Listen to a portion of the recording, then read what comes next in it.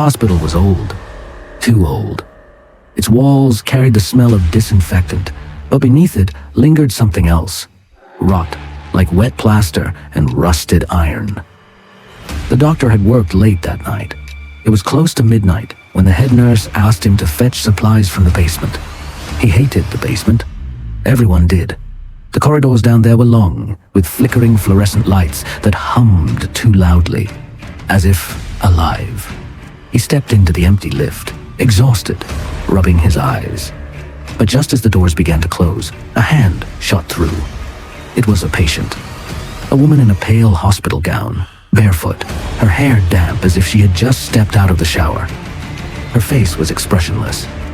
She entered silently and stood in the corner, her head lowered.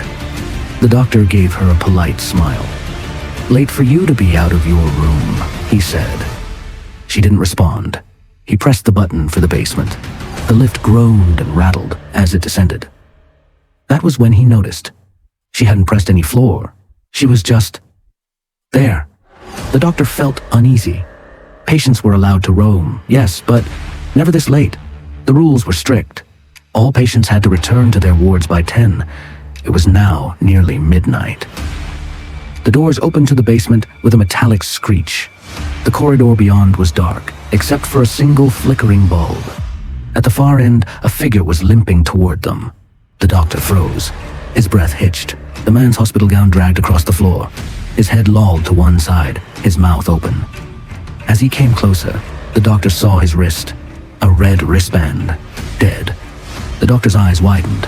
He remembered. This was the patient who had died the night before. The one whose heart had stopped on his operating table. He had signed the death report himself. In a panic, the doctor slammed the button to close the doors. The patient inside the lift frowned. Why did you do that? He was only trying to get on. The lift doors clanged shut just before the limping figure could reach them. The doctor's heart was thundering in his chest as the elevator jerked and began to ascend. The woman turned to him, her voice calm but sharp. "You didn't have to do that." The doctor swallowed hard, his voice cracked. "Did you not see his wrist? It was red. He's dead. He shouldn't even be walking." The woman tilted her head. For the first time, she looked at him directly. Her eyes were unnaturally wide, reflecting the buzzing light above. Slowly, she raised her hand. Her wrist glistened under the fluorescent glow, a red wristband. Her lips stretched into a smile too wide for her face. "Like this one?"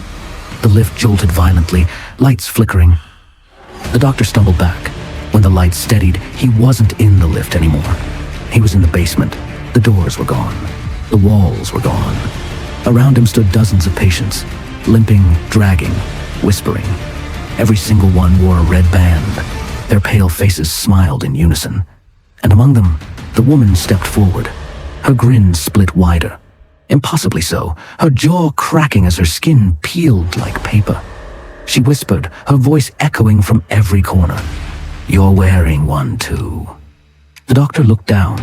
His wrist glowed red. The lights went out,